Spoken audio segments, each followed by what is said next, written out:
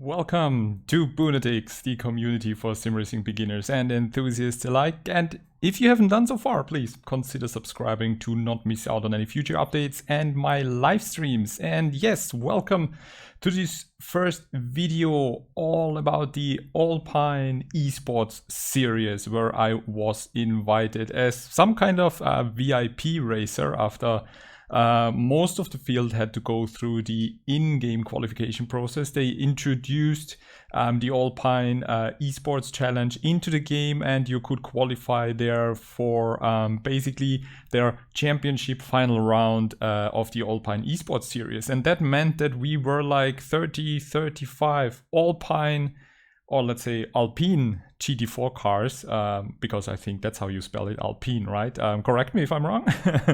On the tracks. And the first two races were over a week ago, but we had an embargo which was now lifted. So I'm allowed to share now what was going on the first two, or let's say the first four races. Actually, we had two races on Monza, two races on Spa Francorchamps. One was 15 minutes, one was 25 minutes. And there was so much going on. There were really, famous and fast guests, like, for example, Chardier, another of the VIP amateur invitational drivers. Next to me were, like, for example, Diamosante. So greetings going out here. And yeah, what I want to do is like now jump on board in the replay, show you what was going on, explain you a bit of my impressions, thoughts, my maybe strategy, and just show you what was going on, because it was really a roller coaster of emotions.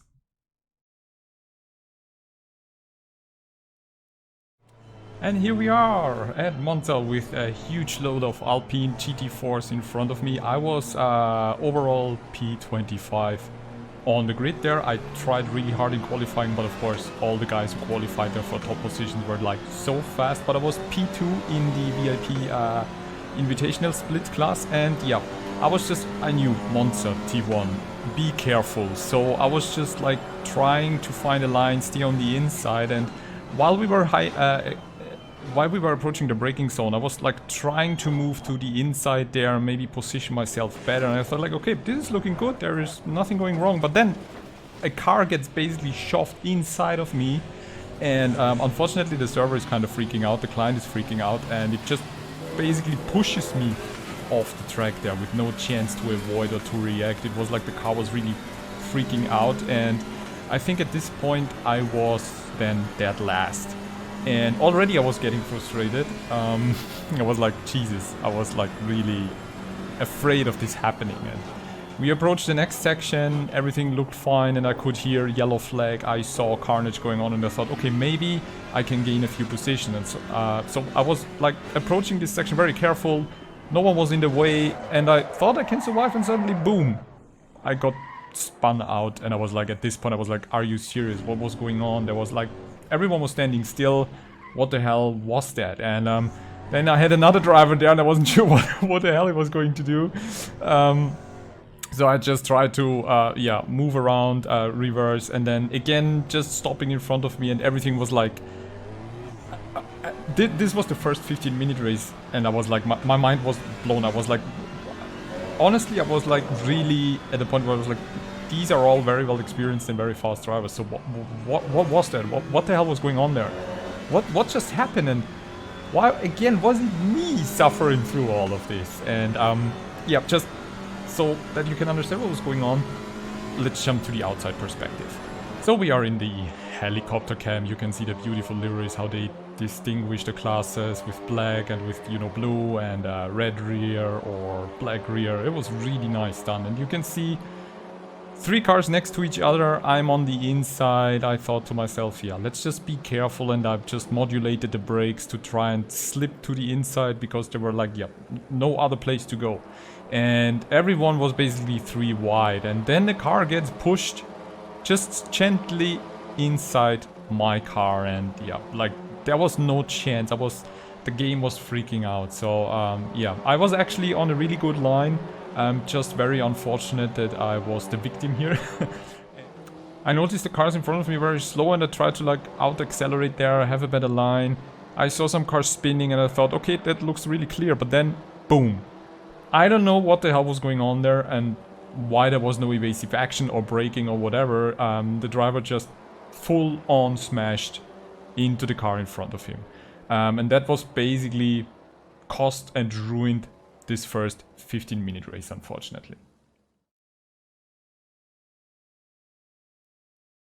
So after a short qualifying, we were heading into the next race, and my starting position overall was P26, so just one spot worse than in the first race. And I could see in the times already there was like a tiny bit of improvement, which is like usually when you have two races after each other on the same track, you can kind of notice that people get into the groove and improve their feeling for the car and for the track. And I was starting on the left side this time, as you saw, and I was like really, again, I was like, okay, I found my motivation, I found my focus, and I was like, okay, I'm just going to be as careful as possible again and see if I can position myself. And there was this huge gap in the middle, and I was thinking for so long, should I go for it? Should I go for it? And then I was like, just screw it. Let's just go inside of there. And you can see some cars bumping in the middle, someone already being turned around, and another car being turned around, and then just like, please let me survive, please let me survive. A little bump there and we were through, and I was like, oh my god, okay. That was like really risking it, but there was the gap and I just wanted to get in there. So we actually managed to survive that. Off into the next section, approaching the next chicane, and again, always the next chicane is usually at Monza a real problem. And you can see there was a car on the left side of me, and I was really already aware, left him some space, let him pass there, because I thought myself that that's just too much risk for me, because usually in this chicane, people like to spin. And at this point now, after surviving the first chicane, my mind and my focus and my mission was actually like, get into a rhythm.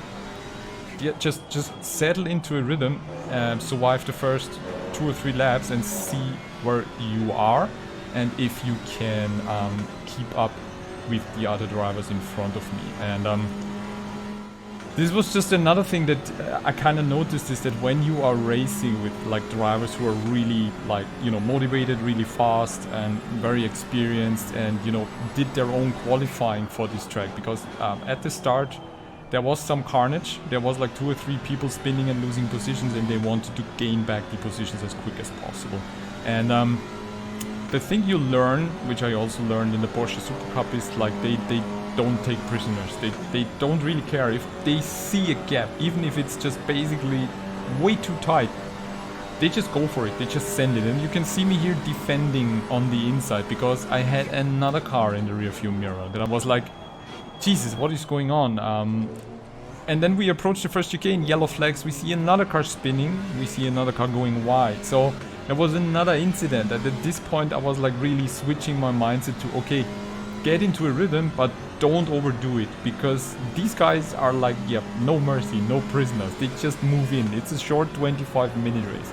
So my focus here was actually to defend as good as possible, but you know, like not to the limit. I just did not want to risk any crash at that point.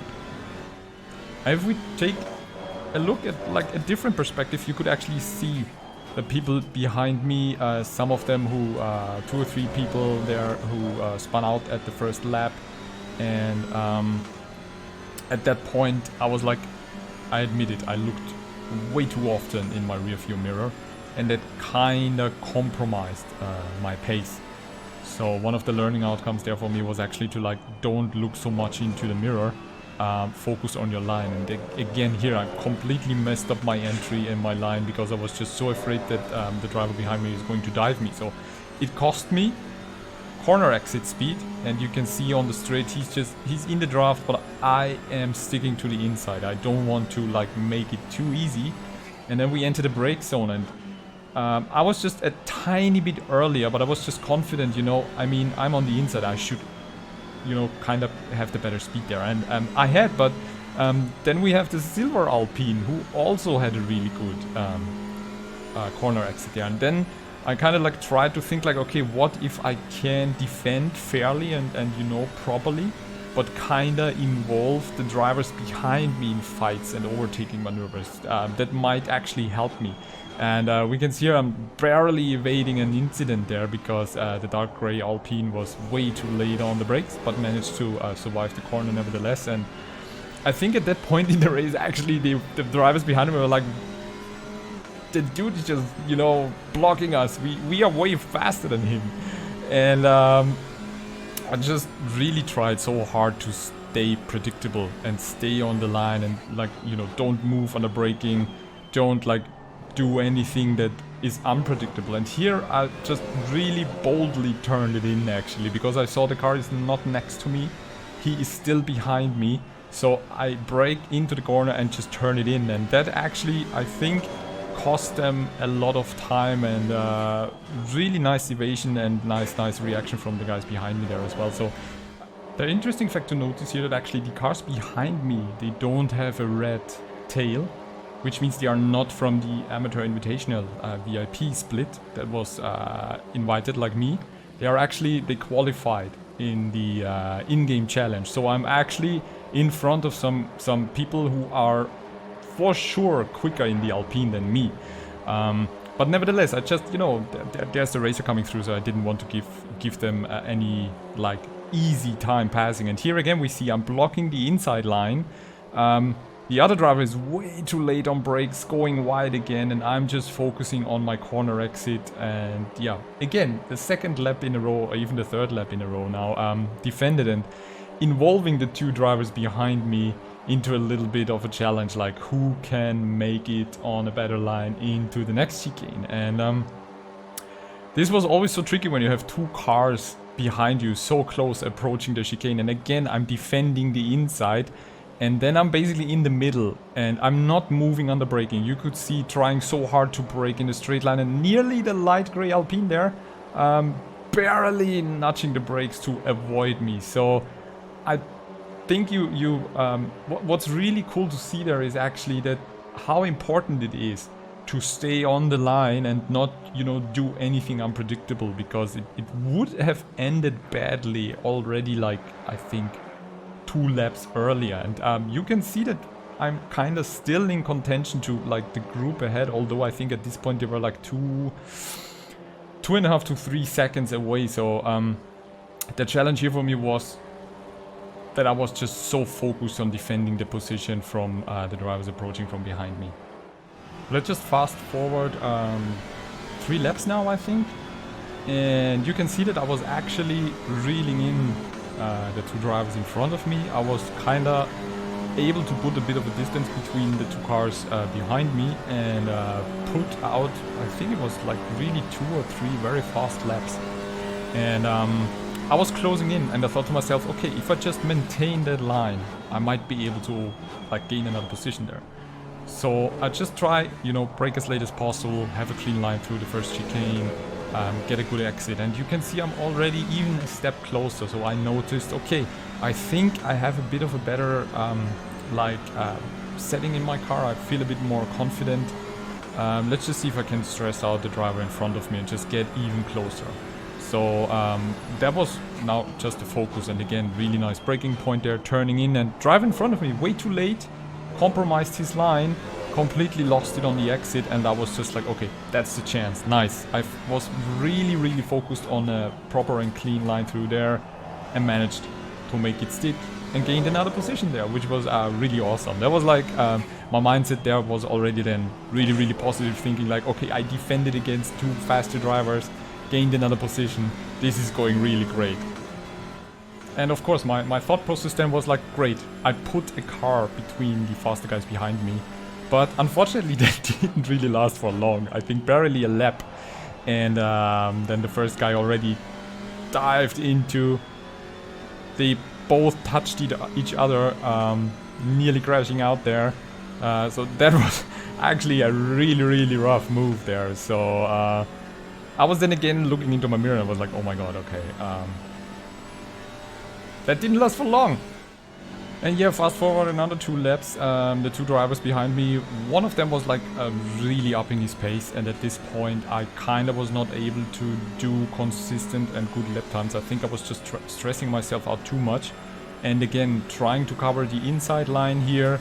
And just hoping that, you know, I can make it stick. But we see he's just lunging to the outside, braking a bit better. He's modulating the brakes and positions himself much better through the chicane there. And unfortunately, I lost the position there. But really clean, really good, really fair maneuver, which kind of, you know, made it feel not so bad. It took just a few corners and I noticed, okay, I can't keep up. Either I just maybe pushed my tires too hard, I'm like, you know, just, I don't know, whatever. The feeling wasn't there anymore, and I was starting to do tiny mistakes, and at that point just trying to hardly not mess it up, and yeah, resulting in a minor error there, which actually made it possible for the driver behind me to catch up. So I'm already, again, taking the inside line, trying to defend, while also this one tries it on the outside there, and he goes totally wide and nearly pushes me off the track there. I was like, took me totally by surprise. So I continued to struggle for another lap and barely avoided an accident there, a car on track, which made it possible for the third person to approach me, and again defending the inside line, but not late enough on brakes. But he kind of went really wide there because I think of the car in front of us, and whatever the driver there was doing, I don't know. I think it was a lapped car, and it threw me off and it threw the red Alpine behind me off, but yeah, no chance to kind of keep him behind me. I was again taking the inside line, and I thought to myself, okay, this just has to work. I can't be the next guy passing me on the outside. So we were basically both at the same time on the brakes there. I turned it in and defended the position there. So I thought like, whew, okay. Unfortunately compromised there on the exit. So I thought, okay, I defended the bus stop chicane, so let's just keep it going for the next one. And he was able to pick up a bit more pace there in the red Alpine, and already, like, he tried to move to the outside there, and I honestly at that point I didn't want to block him. So I thought to myself, doesn't make any sense to risk like a crash there, and but yeah. And again here, going on to the way to Ascari, I'm like kinda taking the inside line, and thought to myself, this doesn't work. I can't approach Ascari on the inside. And you can see I tried to move to the outside, but the driver was already next to me. And we both survived Ascari without touching, but unfortunately, due to being off the line, I just compromised, went way too hard over the curbs and lost all the drives. So unfortunately, all the positions I gained at the start, or at least like 3 positions I gained at the start and during the race, I lost then because of the faster guys actually catching me. But it was still a really enjoyable race because most of the maneuvers were much cleaner. I was able to defend, and I learned actually a lot coming out of that race.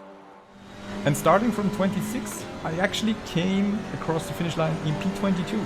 So I gained a lot more positions than I actually thought because of, you know, some of the crashes happening in the race and at the start. And even after losing 3 positions by really exciting overtakes, it was a really cool result I was really happy with. So that was part 1 of the Alpine eSports series. I hope you enjoyed it. I hope it was exciting for you. I'm trying to do, you know, a bit more insightful, maybe a bit more exciting for the 2 short races we had at Spa Francorchamps, which the first one was in the wet. And it was insane. To me, most of the satisfaction actually from these first 2 rounds at these 2 tracks was that I sometimes was able to position myself a bit better than the other probably faster or more experienced drivers. And actually, one of the races I was even finishing ahead of Charlie. So I got a bit lucky. So stay tuned, and I hope I'll see you in the next episode. Thank you so much for watching. If you enjoyed this, give me some thumbs up. Don't forget to subscribe, and I'll see you soon.